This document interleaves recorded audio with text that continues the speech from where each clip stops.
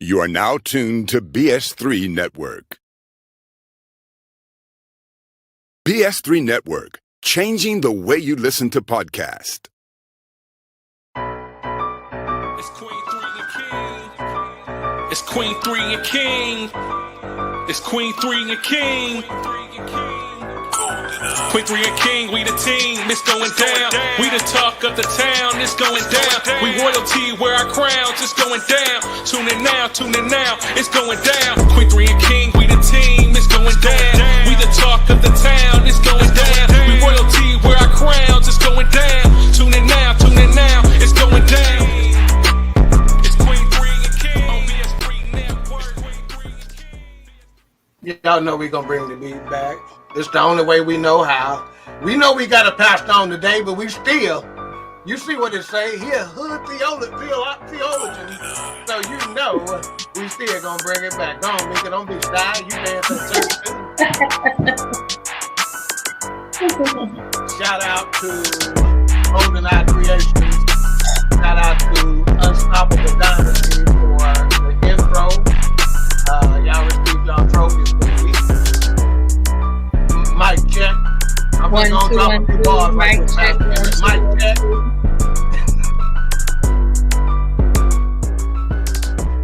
Y'all got me ready to drop a hot 16 up in here, man. Welcome to another episode of Queen3 and King. I am your host with the toast, King Doc. You see the queens. We are missing the season queen once again, but we will do our best to fill in appropriately in her absence. The Black Family Crisis Part 2. It was so good last week, we had to get some more. And we brought in reinforcements for it as well. You ain't gonna hear from us very much today because I'm gonna get a mic to the pastor and let him go.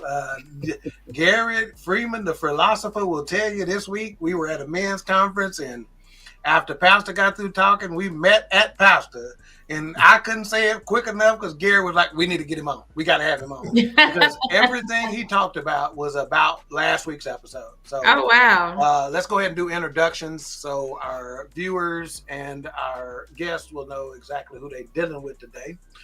We will start with the educator queen. Again, for those of you who don't know, she is freshly out of her ankle monitors. She has settled all civil and criminal cases with the city of Tulsa and the state of Oklahoma. She is back in the administration office teaching our kids again. Meba, talk to the people, queen. Good evening. And stop telling people that, but I think I'll be in jail and stuff for real. Yeah. It's clear you weren't in jail, but you had a monitor. But that didn't stop you from ordering all the box wine you could. Pastor, let me just explain something to you.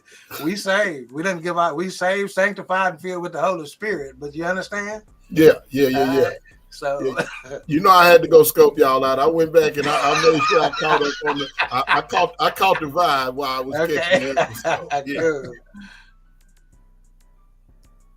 Oh, we lost him. No, Pastor, I think he was saying we saved, sanctified, filled with the Holy Ghost, but we'll have a drink. No, that's real. Yeah. He don't want me to be great, but he don't understand. You can't bite. He don't understand. You can't stop me. All right. Anything else you want to say, educator queen? I'm here. I'm glad to be here. All right. Then next, the baby queen, formerly known as Blake's mama. She is now firmly entrenched in the corner of Bronxy's mama. Blake don't even get to make the screen no more, but Bronxy is here every week. She's also known as Mama Lee. Talk to the people, queen. Hi. Happy Tuesday. We back in here. Yep, it's Taco Tuesday, and as a result, we got G3, the philosopher, in the building. This week, he might not be able to talk quite enough to get us to break the show down in laughter again, but you just never know. But I appreciate him for coming out to the men's conference this past weekend to support. Talk to the people, G3. Oh man, it's good to be on again. Thank you all for having me back. It's always a pleasure to see you all. Pastor Harper, hey man, I got to give you your flowers one more time, man. I told Dawkins sometimes you don't know what you don't know what you don't know. You don't know what you need. until somebody gives it to you. That's exactly what he said. I went to that conference. I didn't know what I was getting into, but every person that stood up, they spoke a word that just resonated in my spirit. And then Pastor Harper came through and just he knocked it out of the park. Yeah, it was right in line with our topic from last week and what we plan on talking about today. And it was really profound. I wish I could have recorded it. I wish we could put it on air because it was a lot. It was a powerful message. So I'm glad and I'm honored to be here alongside you all today. Yeah, I used to close. Then they got Pastor Harper. They kicked me right out the closing spot. You going first, man, and get yours out the way. You know what was funny was I kept hearing people talk about Pastor Harper. Oh man, I'm glad I ain't got to go after Pastor Harper. You heard several people say that throughout that conference. Yeah. And then he got up and I said, "Wow, yeah, I understand." That's why. Yeah, I am happy with my opening position. Hey, batting lead off ain't no problem. I still get the same money. You understand what I'm saying? Y'all acting up, man. Yeah, I was happy to be there, though, man. Yeah. Yes, sir. Yes, sir. So again, we got Pastor Lynn Harper in the building. As you can see, he self-ascribed profane prophet and hood theologian. Man, I say it, man, because I'm having a problem. I'm having, see what I mean? I ain't went to the seminary yet. You understand? The one I went to, we got our license in the mail. He actually got the coast of them. In the mail. I started there too, Doc. Ain't nothing wrong with it. Talk to the people, man. Let them know who you are, man. For sure. Lynn Harper, man. Self-proclaimed, as he said, profane prophet, hood theologian, current. I've pastored in the past, man, for right at a decade. Currently working in children's ministry as a children's pastor, assimilation director. I run a community garden, also a nonprofit. Just an advocate for our people, man, overall, and excited to be here with the Queen3 King podcast today. Can't wait to join in this conversation. All right, cool. And just let's hit the chat room a little bit before we dig into this. We got cousin Diane in the building. She goes, "Hey, family, what's going on?" Hey. And we got the comedian John Yogi Lewis in the building. Check him out on Tubi. Just start scrolling and type in John Lewis. I ain't seen you since last year. All the shows with 1 star on it. He'll probably be starring in those somewhere. They only film after 10 p.m. So just be ready. What's up, John? All right. This is what I want to do first, Pastor, just so you catch you up to speed. I want you to, I'm going to let everybody watch the video that kind of got Gary talking and me and him discussing this topic, just so you're kind of up to speed. There's a talk I give on the 5 biggest challenges black people have for the next 100 years. The number 1 challenge is the existential crisis of the black family. The existential crisis of the black family. Marriage in our culture is down to 34%. When we were growing up, it was 85%. It's now down to 34%. 71% of our sisters are not married. 29% will never get married. 63% of our brothers are not married. 30% of them will never get married. There is no culture in the history of humankind that has risen to maximize their full human potential without family at the center of their culture. This only exists. This is an interesting but negative statistic. This phenomenon of the existential crisis of our family only exists among African American black people. It does not exist on the continent or anywhere else in the diaspora. So there must be something in the water. We must fix this. It is a lot easier said than done because it is impacting our wealth. Quick statistics. For 350 years, household median income was dominated by white people. They were number 1 in this country. They no longer are number 1. They're number 3. And there's a reason. All right, Pastor, give us your thoughts. We've already kind of commented on that. Just wherever your thoughts take you after seeing that video. Yeah, I've heard the clip before, and it's one of those that I've studied. And something he said at the end of it. He said it's unique to African Americans here in America, not those across the diaspora, and he said something's in the water. That there is an infection that's much larger than what we're analyzing. And as you know, that was part of my whole thing. You don't measure it, you can't move it. And so part of what I've been doing is studying all of these different intersections of infections, where they come from and how they led us to where we are right now. And so the statement was obviously wrapped around what it looks like for us from an economic standpoint, right? Economic viability and stability through the family. But there are so many different offshoots to that. And I'm looking forward to discussing it. But it reminds me that we're infected, and that this space is a direct contributor to the infection that's going on in our community. Let me put it like this. When he said this past Saturday, talked about the infection that we've passed down through generations. Yeah. And if you don't measure it, you can't move it. Well, part of measuring it is having the conversation, right? That's you right. know, so look at her. If you don't measure it, you can't move it. And we had the measurements. He talked about the statistics. Marriage is at 34%. We were growing up, it was 85. 71% of our women aren't married. That means single parent households. 29% will never marry. 63% of our men aren't married. 30% will never marry. It's obviously a problem. Yeah. So, and y'all jump in, because again, I'm going to be just throwing the ball over to Pastor Harper. If y'all need to add something from last week, or fresh thoughts, please jump in and add them. And if you want to ask him follow-up questions, please do so. Shout out to the producer, ma'am. I know you're in the building, so if you need us to do something, just run to the chat and let us know. So, in your estimation, what is the biggest challenge that we face as African Americans, Pastor? Ooh, that's multi-layered, following up on that same infection idea. Your man Toby Nwigwe out of Houston, I don't know if y'all know something about Toby. Yes, sir. Toby said, they told me that I should believe I could fly, but nobody told me that they poison the sky. Right. We and when you think about that, I was saying there's so many layers to it. We're thinking about it just economically, but to really talk about the biggest challenges that face the African American family, you got to deal with the ecosystem that creates the life of the African American.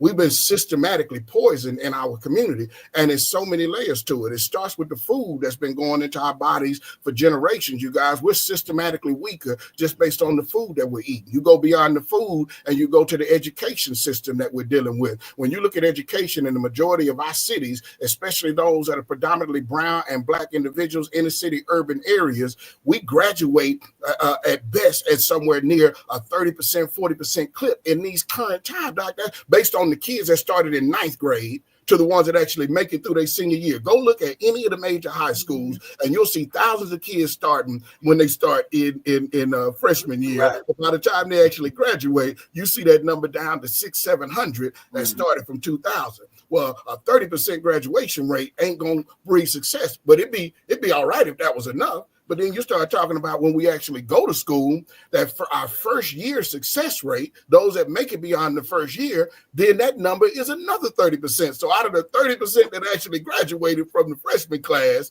only 30% of those make it past the freshman year to go beyond. Most of our people are taking our student loans. We're dropping out. We're not finishing school. And so these are foundations of the American dream. I ain't even got into housing. Go back and look at the systematic redlining that has lowered and devalued our homes and our communities, generational wealth that wasn't passed down. So you got this broken family syndrome. You got broken food that we put in our bodies. You got a broken education system that we're dealing with. And then we got a church that's so busy trying to prove that we still, pillars of the community, that they refuse to not only measure it, but to mourn it. The Bible calls us to lament. And the people that should have the power to be able to invoke the powers of God and the angels to come and engage in this process are so busy trying to protect our reputations that we refuse to actually measure it enough to mourn so we can begin to lament, if my people who are called by my name. So when we start talking about our challenges, which one you want to talk about? You want to talk about food challenges, the housing challenges, the education challenges, the marriage and family challenges, the spiritual and church relationship challenges, right? Then we get to the economics. So it's so multifaceted. And the only question is how much are we measuring? Which part are we looking at? And how are we going to reorder our lives so that we can begin to rebuild beyond those challenges? Right now, I'm in a season where I push past just measuring the challenges, and I'm thinking about how to reconstruct. People talk about deconstructing your religion and your faith, and it's absolutely necessary because Western thoughts have messed us up. But so many people have gotten lost in the deconstruction that we haven't moved into that reconstruction of how we back together.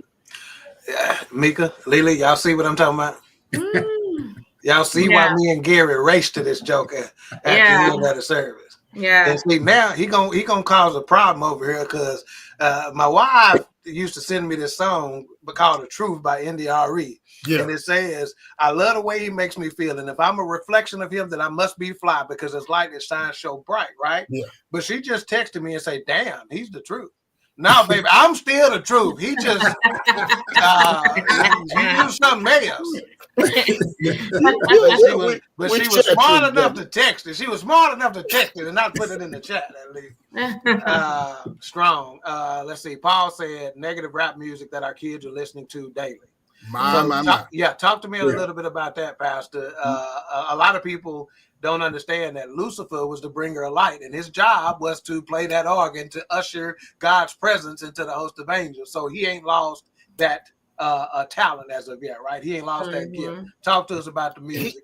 He has not only has he not lost the talent, right? So that thing is still there. We know the Bible says he's a prince and power of the air, right? Airwaves. It ain't just the music. It's also the things that we are streaming and the things that we're watching on TV. But if you look directly at the music and tie it into all of the other stuff that I just said, the majority of our people don't recognize that what we've adapted as culture is a direct infection. The way that hip hop has evolved over the last 30 to 40 years was not an accident, y'all.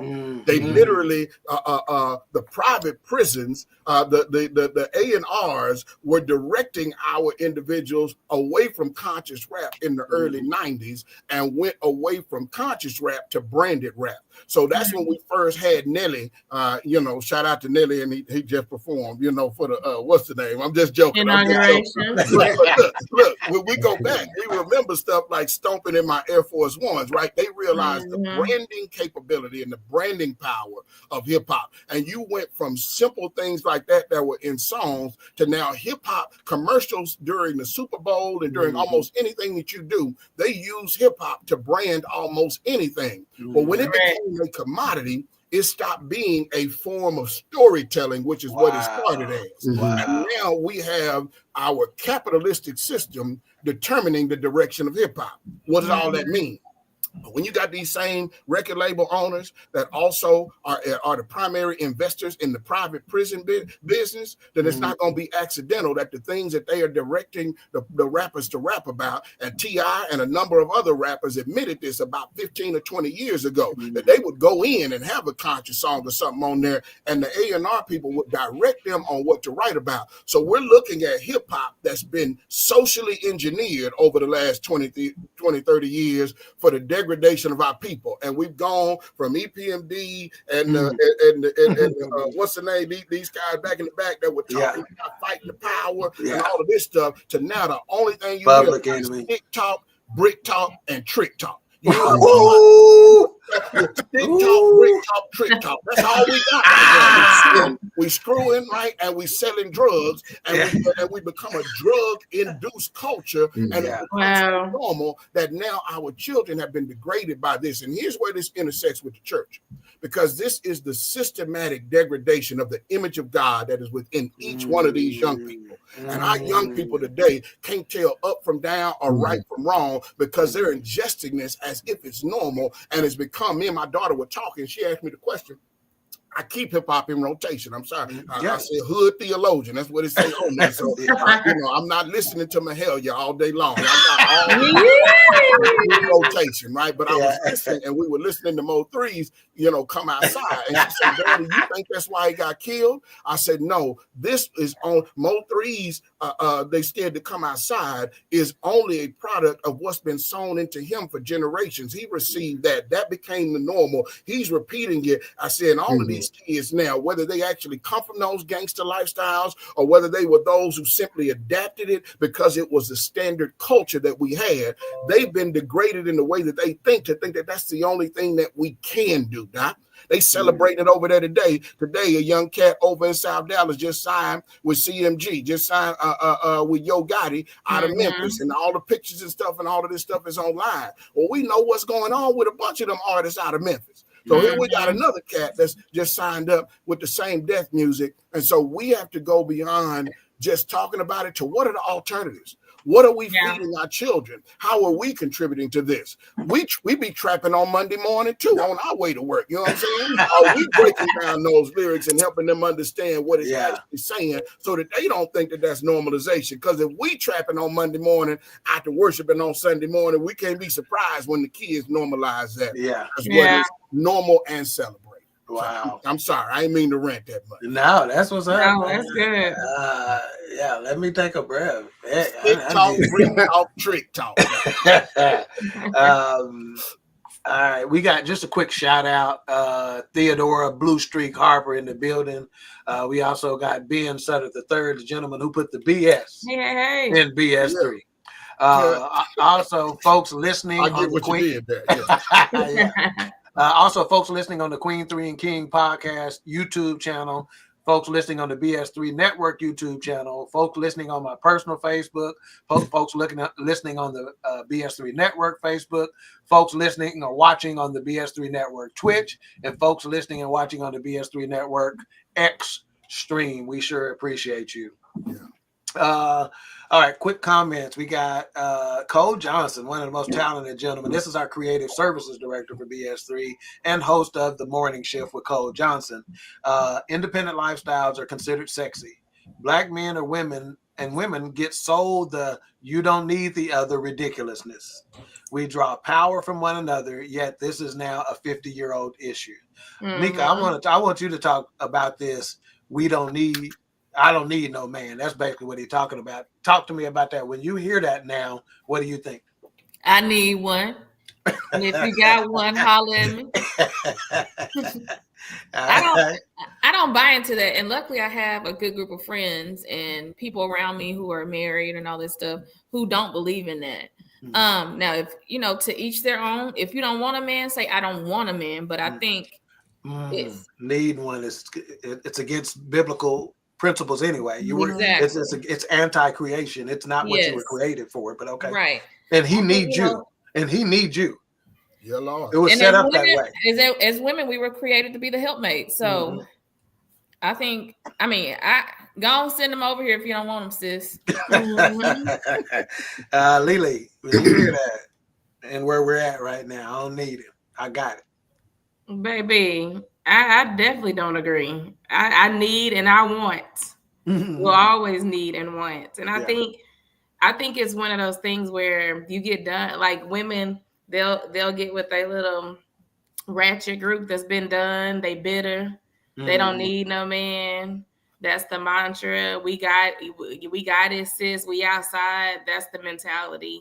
When I heard a guy say, he was like, yeah, I went so long with being outside, hanging with my fellas. He was like, then I turn around, I'm 50 years old and I ain't got nobody. Everybody else got somebody. And I'm sitting here and I don't have nobody because I thought that the good thing to do was to play women and to have different women every weekend. But now I'm sitting here lonely. So if you're with that mentality, then sis, I guess you don't need them. But know that it's going to come a time when you desire that. But you don't hear other cultures or races hollering this at all. Lord. They actually are grooming their children to supposed to come out of college married. Absolutely. Grooming their children to be in relationships, successful marriages and things like that.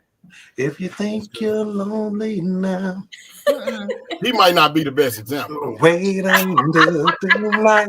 G3, talk to me. What you think about that? They saying they don't need him, man.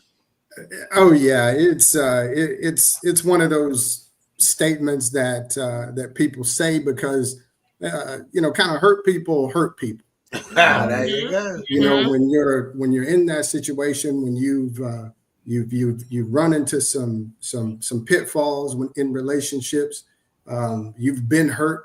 So the best thing to do is put up that defense and say, I don't need you. Yeah. And so then that becomes taught to the next. So our grandmothers said it to our mothers. Our mothers are now saying it to the daughters. Our daughters are going to say it to our granddaughters, because it's been passed down. It's that generational trauma that's been passed down. And so again, it's a defense mechanism more so than it is what's really in an individual's heart. Because what's in their heart, every one of those in that group that says that get together and they come to that conclusion that this is what we're going to say, we don't need them. But individually, when you pull them away, they say something totally different. So I think again, addressing that. I love what Pastor said. He said it's the intersection of infection. So getting into that intersection and disrupting that infection. Wow. So where it crosses, where that message is really starting to resonate, getting there and in there and disrupting the flow. And saying, oh, wait a minute, and that's a mom saying that to a daughter. That's right. Saying, hey, don't say that.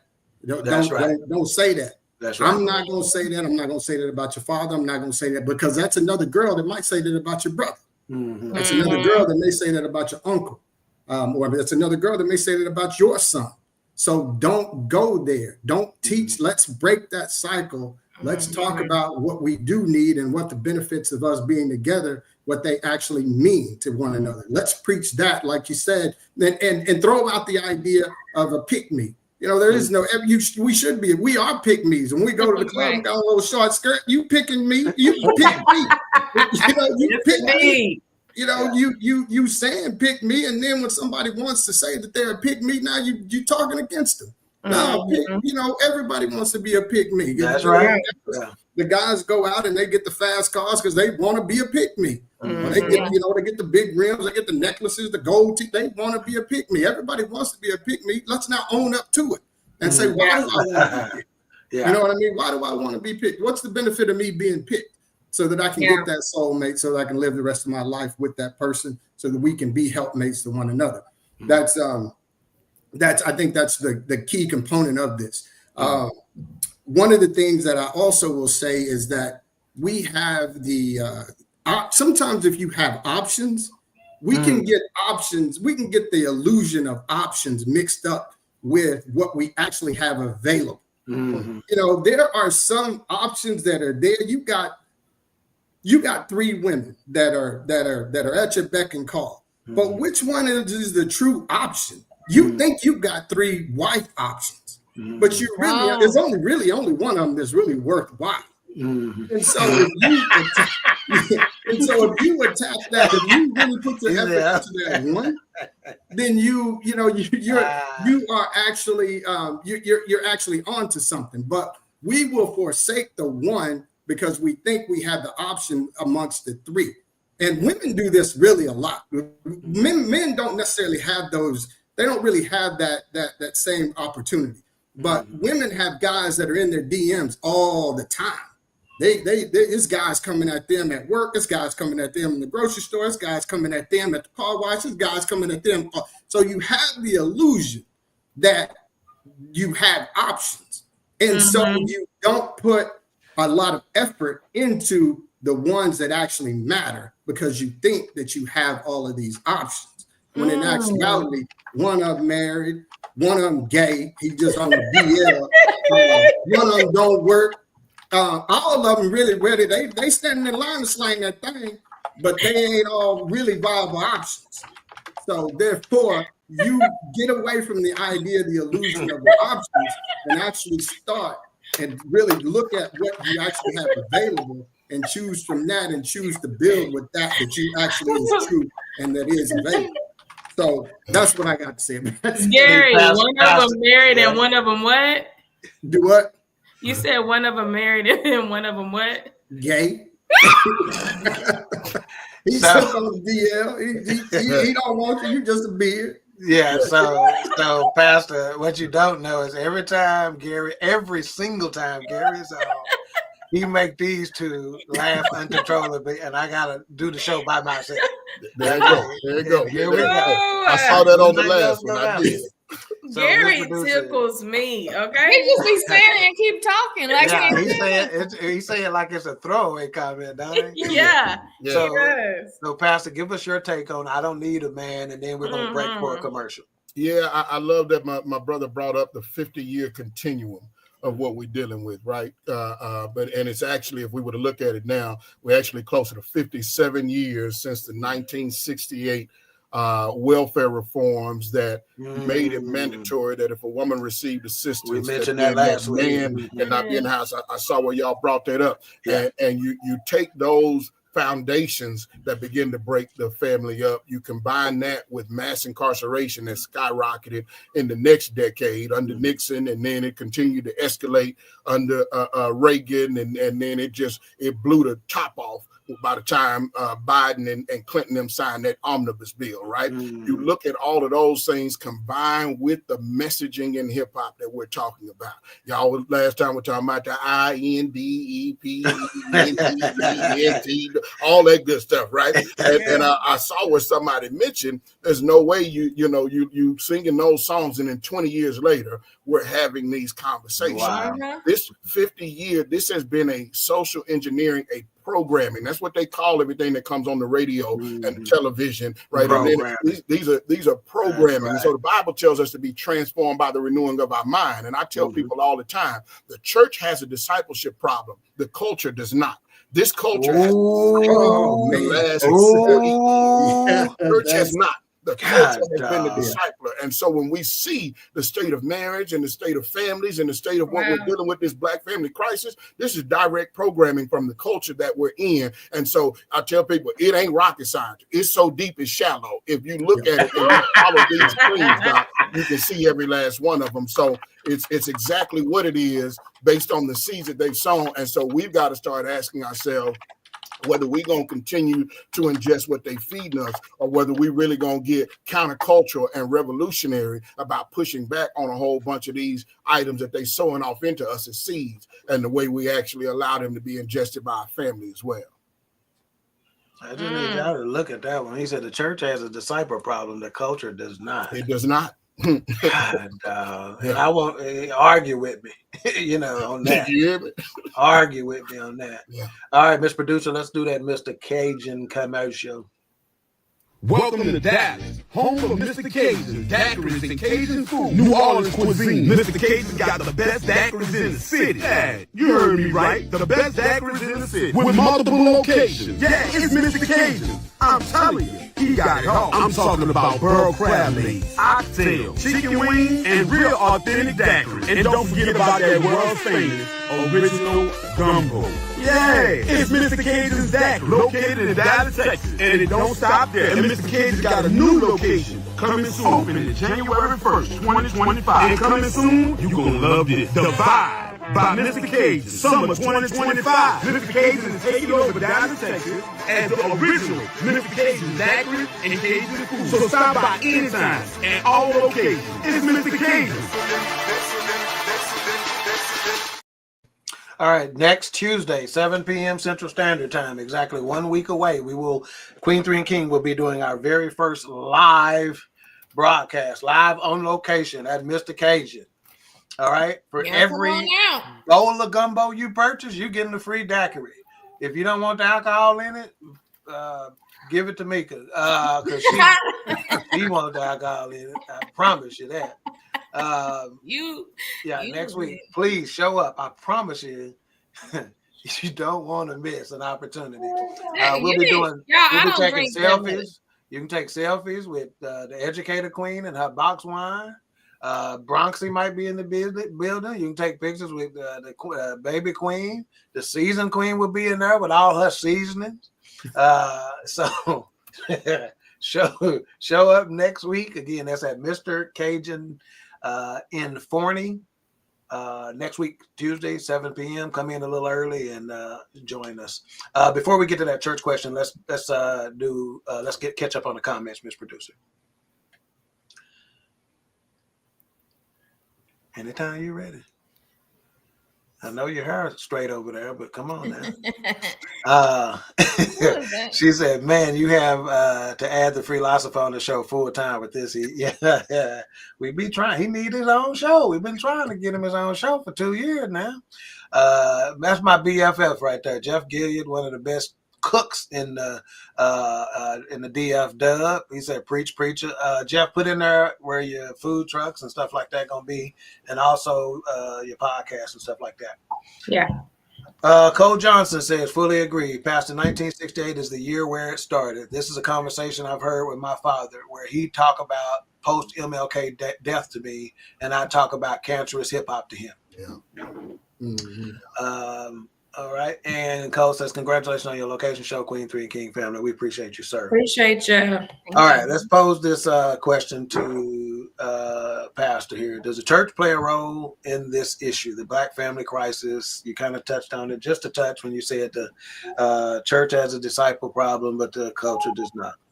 Right. So the family's supposed to be the bedrock, right? The first institution founded by God. Family, God said, what God has joined together, let no man put asunder. So not only is it the bedrock institution founded by God, but it's supposed to be led, guided, and directed by God. Mm-hmm. Does the church play a role in the issue? Yeah, because how is the church investing in marriages? Right. With all the divorces that we're dealing with this movement that where we've gone from 85%, right, of our families being married down to now, what did it say, 34%? Mm-hmm.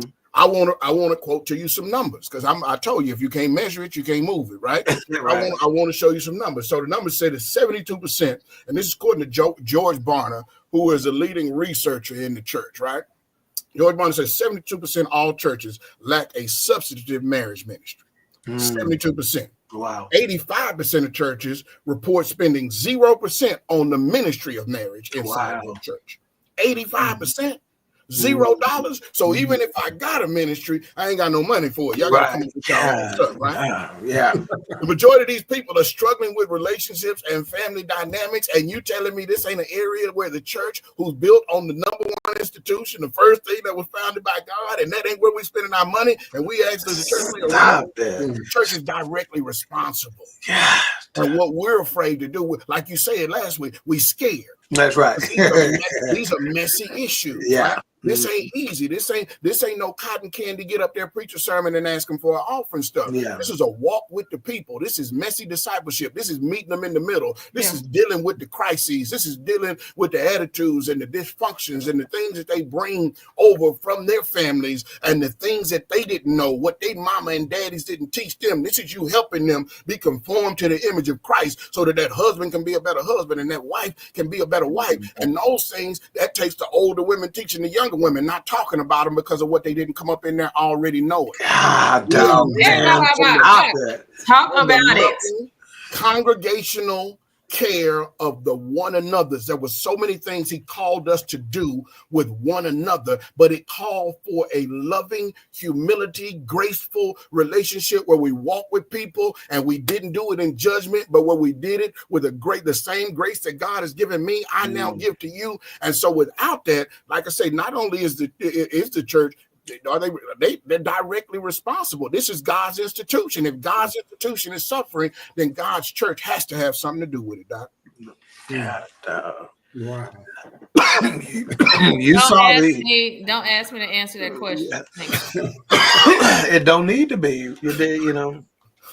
Jeff said this dope cooking show Tuesdays at 5:30, so make sure you check him out on BS3 Network. Yeah. Get your little swallow of water. So he said not only does the church play a role in the issue, he says it's directly responsible. And yes, I am. I swear, I'm gonna tell you what the problem is. My mouth a little too juicy, Pastor. So sometimes I get a little trickle of spit that I go down the back of your throat. Get your little. We can wait. So you ain't about to pass that on me. Hey, Martin said you got real good Adam's apple. Let's see. Jeff said, there you go. These churches are busy trying to be in and of the world instead of pulling people out the world. Yeah. Can I say something? Please. I'm sorry. I ain't trying. Don't want to dominate, but I tell people, we've been distracted. We've been majoring in minors, and we've minored in the majors, right? And we've heard people say that before, but here is what that means to me. We've got some major issues inside of our communities, and we just talked about them, whether it's community violence, whether it's marriage and family crisis, or whether it's mental health crisis, right? These are majors. These are our Goliaths. These are the things that it calls on us to be dependent on God and his power to be able to tackle. But instead of that, we still fighting about women preachers in ministry. Instead of that, you know what I'm saying?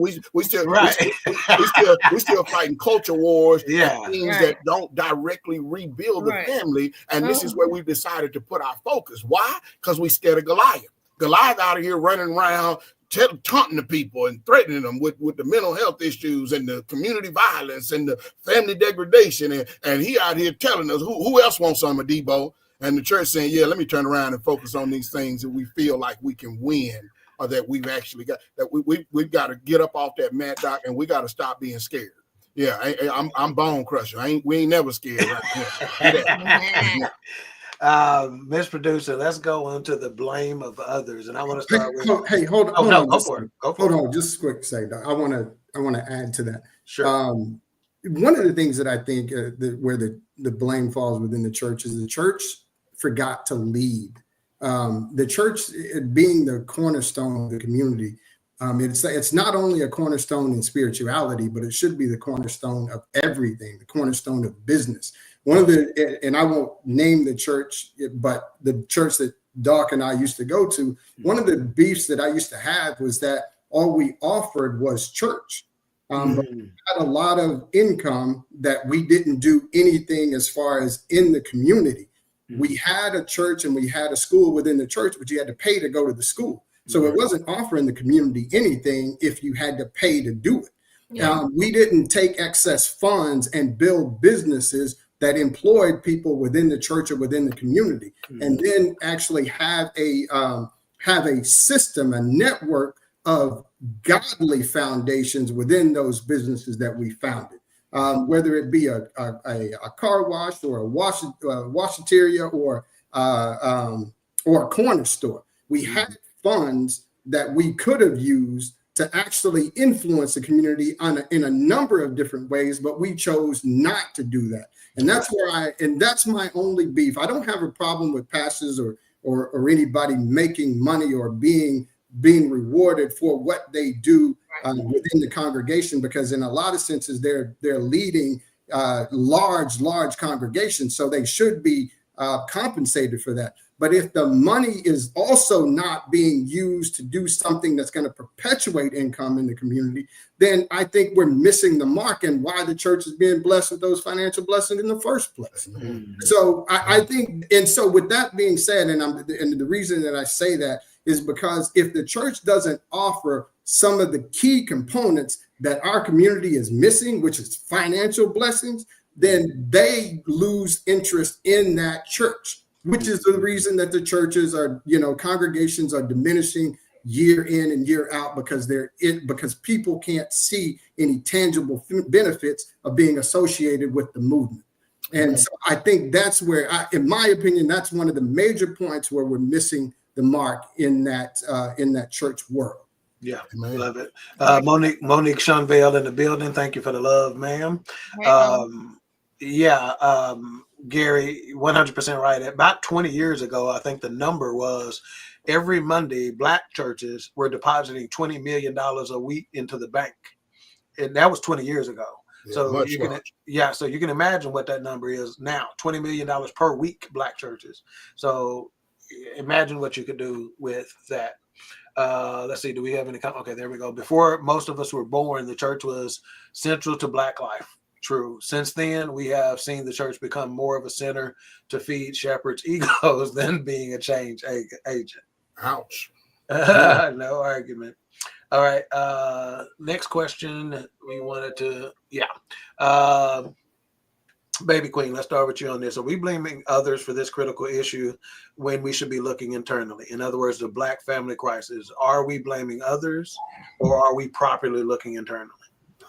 We're definitely not looking internally. We are quick to blame others. That's the easy way out. You don't have to talk about what you're doing wrong. You can just place the blame on somebody else. So we are definitely not looking internally at this issue. Educated Queen. No, we're not looking internally, because if we looked internally, because once you know better, you do better. We would have to correct ourselves and have to make some changes. So we look at everybody but ourselves, because I don't think we're ready to make the change. Okay. G3, are we looking internally enough, or are we spending too much of the focus on blame? Yeah, we got bamboozled in I think somebody listed it as 68 when the welfare program was launched in 68 and it carried over. We got bamboozled into that, up through the 70s, up to the 80s, when we actually realized what the issue was in the 80s, but we didn't reverse course. So we are the problem. It's, if you fool me once, shame on you. Fool me twice, shame on me. At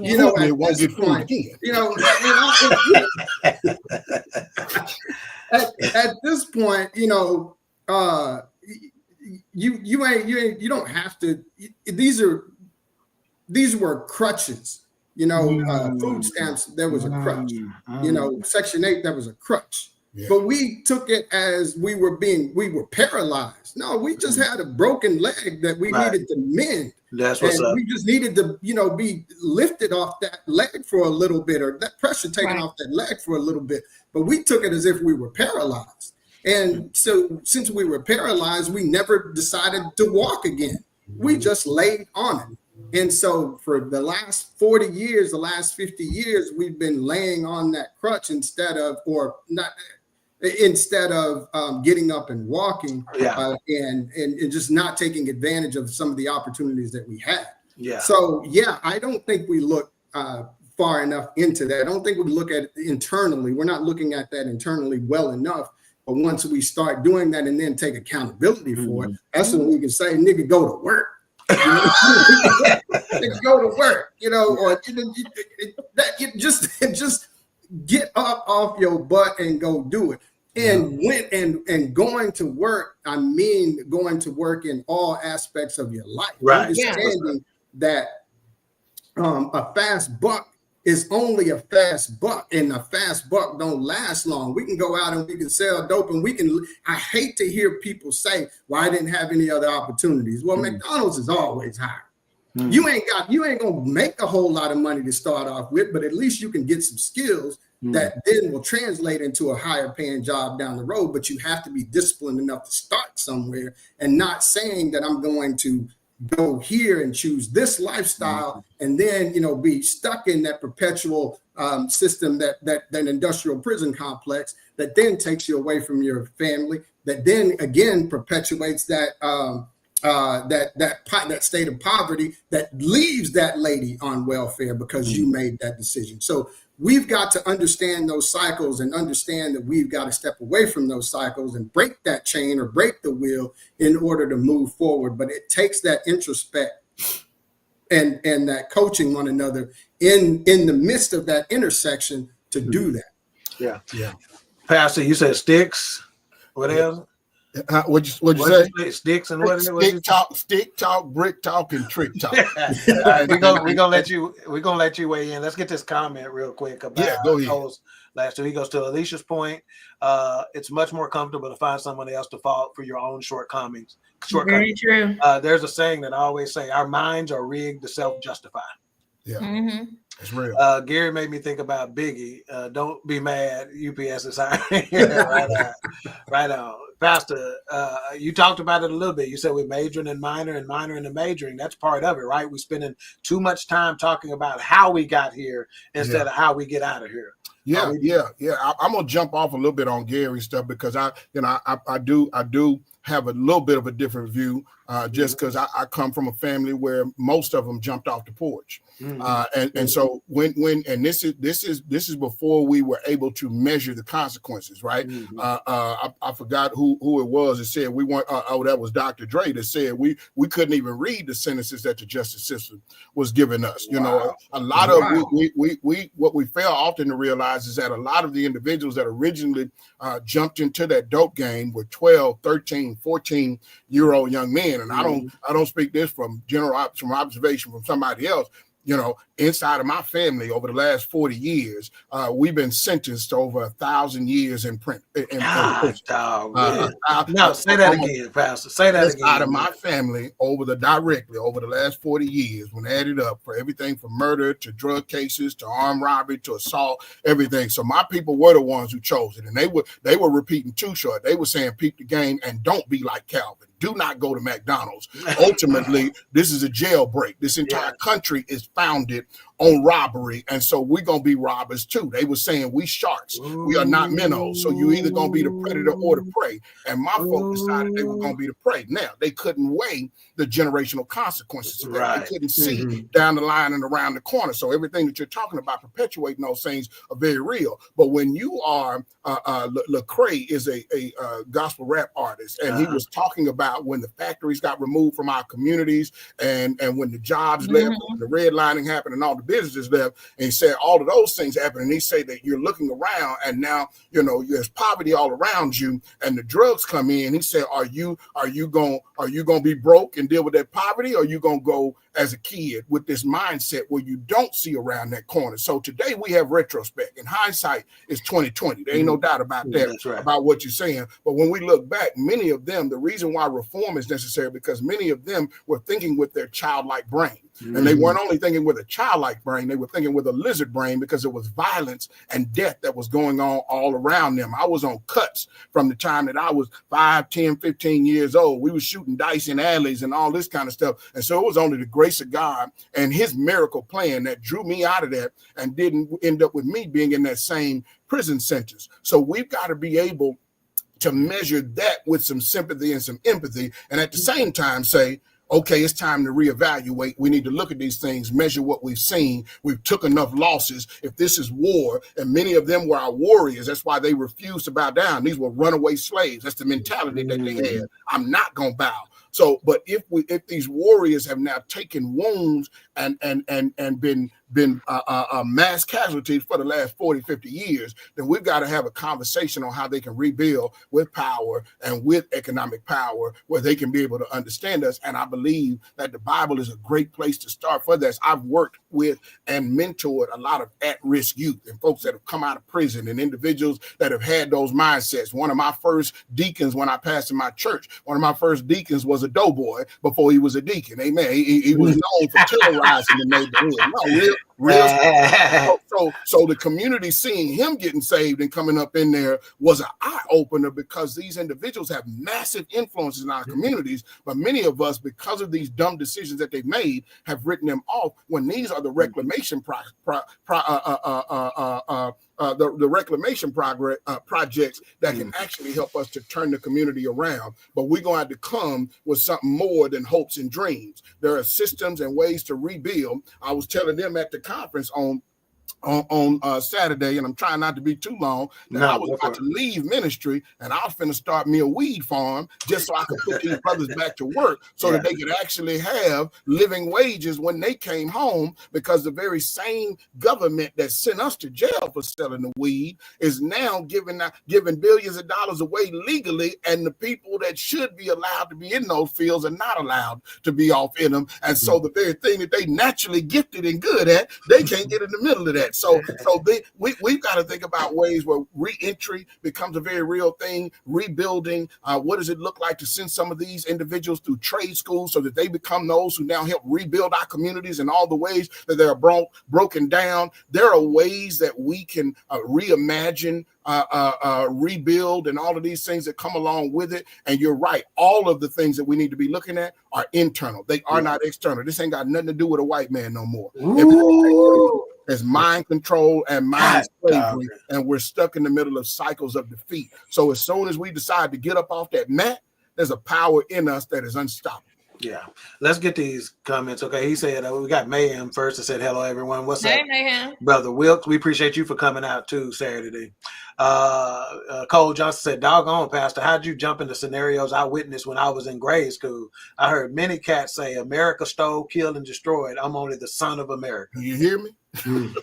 That's my people mindset. Whoa. All right, this is how I want to finish this up, man. I want to go into, I want Pastor to go into this. And I want you to understand the reason why I call Pastor Harper, because even though he self-admittedly, I'm not a pastor, you're going to always be a pastor as far as I'm concerned. You understand what I'm saying? And I want to show you the reverence necessary. Didn't we talk about that this week? Yes, reverence, what a new fear, a new definition of fear, right? Yeah. I want you to talk about this, man. We talked a little bit about the legacy that we live. You talked about that, the new inheritance. We always thinking about this financial inheritance we want to leave our people. And you talked about leaving them in a position of peace and not chaos. Talk a little bit about that. Yeah. And we're going to end the show with that concept. It was Tupac that said, the elevation of today's generation, and my mission is more to be more than just a rap musician, the elevation of today's generation, if I can make them listen. I am a product of, I got more of my foundation from Tupac than I did many preachers. I just want to be real with you. I've gotten a lot from preachers and had a lot of that. But when I was coming up, what had me hoping what was Tupac telling me keep my head up and thinking about things like this song and these verses right here. And here is what the new inheritance, new legacy from a position of peace and not chaos looks like. We have been responding to trauma for 406 years. Y'all listen to this. This is the 406 years. And so I don't care who you are. I don't care whether you look at the Nation of Islam. I don't care whether you look at the Civil Rights Movement. I don't care whether you look at, the Hebrew Israelites with their angry self nowadays. I don't care which direction you look, right? Everybody, we keep responding to white supremacy. But what does it look like as those who are image bearers, who God designed to have sovereignty and dominion, to begin to teach, to train, to grow our children, to observe the principles and the methods of God apart from responding to white supremacy and an overseer that no longer is over us with a whip? These are mental whips and chains, you guys. So our new legacy is to heal and to allow ourselves the freedom to process from peace so that our children and our grandchildren, so that little Bronxy and those that come after them don't even have to consider what it looks like to have to respond to all of these issues that we still stressing and struggling about. I started a community garden last year, and this year we're in expansion. That weed farm you were talking about? No. Okay. The Lord slowed me down on all that. He said, "I have need of thee." That ain't where you're supposed to be at. Maybe I have to retire. Yeah. But no, this is a literal farm, because here's why. One of the first things I talked about was the infection in our eating. Right. And if you combine the infection in our eating, the chronic diseases, all these illnesses that we're dealing with, all this, we still have a slave diet, but we do not have a slave work ethic.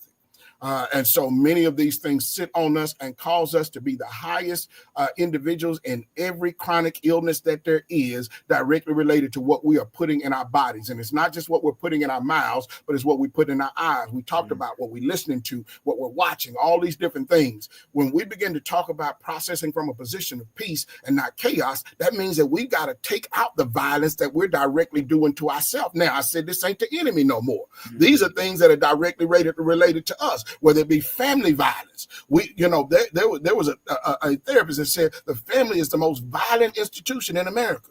The majority of our issues, when you start talking about counseling, people get into counseling, and the things that they're talking about is what happened to them based on their mamas, their daddies, their cousins, their uncles, their brothers, the abuse that's happening to our women, and have 1 out of 4 of them dealing directly with sexual assault and abuse. Most of those are happening inside of our families. And so we've got to begin to heal our own wounds, stop pointing outward, and deal with the legacy where we are centering healing and recognizing that God ain't done with the healing process. The miracle power of God is able to overcome all these issues. In therapy, they tell you words like touch dirt.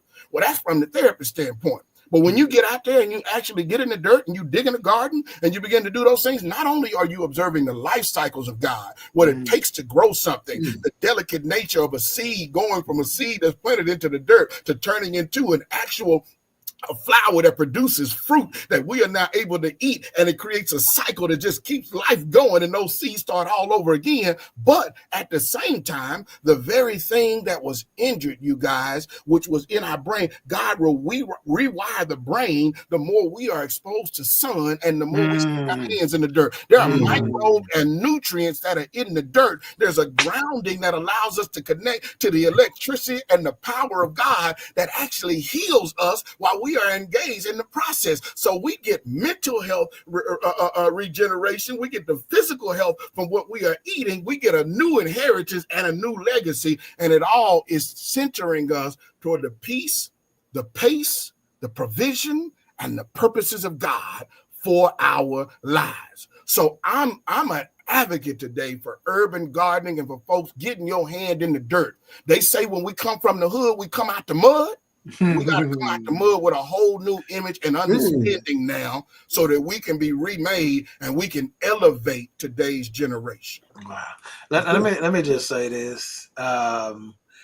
When he talks about, that's it. But when he says processing from a place of peace, man, understand, we need to do a whole show on just nothing but that, processing from peace, okay? But basically what he's saying is that everything that we've had to deal with in life, we're processing from a position of PTSD. We're processing from a position of chaos. Yeah. We've not been allowed to process in quiet. No. So he's saying instead of leaving your money, your kids and grandkids gold and silver, leave them peace. Yeah. So they can process and jump off from a point of peace. Yes, sir. In 400 years, none of us have been able to process anything, relationship issues, career issues, from peace. We've had to process it with a monkey on our back called PTSD, called abuse, called chaos. Processing from peace. When I say we need to do a whole show on that, the difference between what we've had to do and what we need to do. Yeah, Lord. That's real. Let me say this. Gary looked at me like he was about to cuss when he said that on Sunday. He looked at me and made this face like, nigga, you heard what he just said. Because it's so profound. And what's funny about it, you know what, you talk about your cells regenerating and all that, when you put them in the dirt and all that, and what you get from the sun, when your spirit hears that, it automatically confirms that and says truth, truth, truth, truth, truth. Yeah. Because that's what it is, man. It's like we have not had the opportunity. And I promise you, I am not sitting here feeling sorry for myself and feeling like a victim because I haven't been able to. And I don't need to, because the Lord has equipped me to survive and thrive in the midst of chaos. But what I want to leave for my kids is to be able to process from peace. Because if I've been able to do this in the midst of chaos, imagine what they'll be able to do from peace. Yeah. I'm sorry, that's my Ric Flair right there, Doc. Wow. Yeah. If you don't think the spirit has woke up in here, I ain't got nothing else to say. Yeah. Me either. I have nothing. We normally give some very profound and cute final thoughts here, and we make everybody feel good, and we put a nice bow on it. But the truth of the matter is, ain't no bow on this, because it ain't no box. No. Because it ain't finished. Amen. We just starting to unwrap it. We are at that intersection of infection, and we trying to stop the flow. And if that means we can start to stop the flow with this show,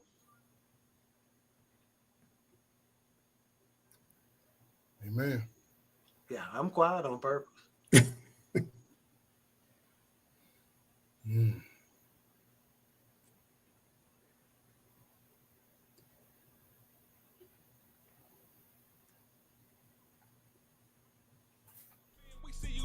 Want beef, then we cooking, bro, bring the hook in. Queen3 King, we the team, it's going down. We the talk of the town, it's going down. We royalty, wear our crowns, it's going down. Tune in now, it's going down. It's going down, we just hit you with another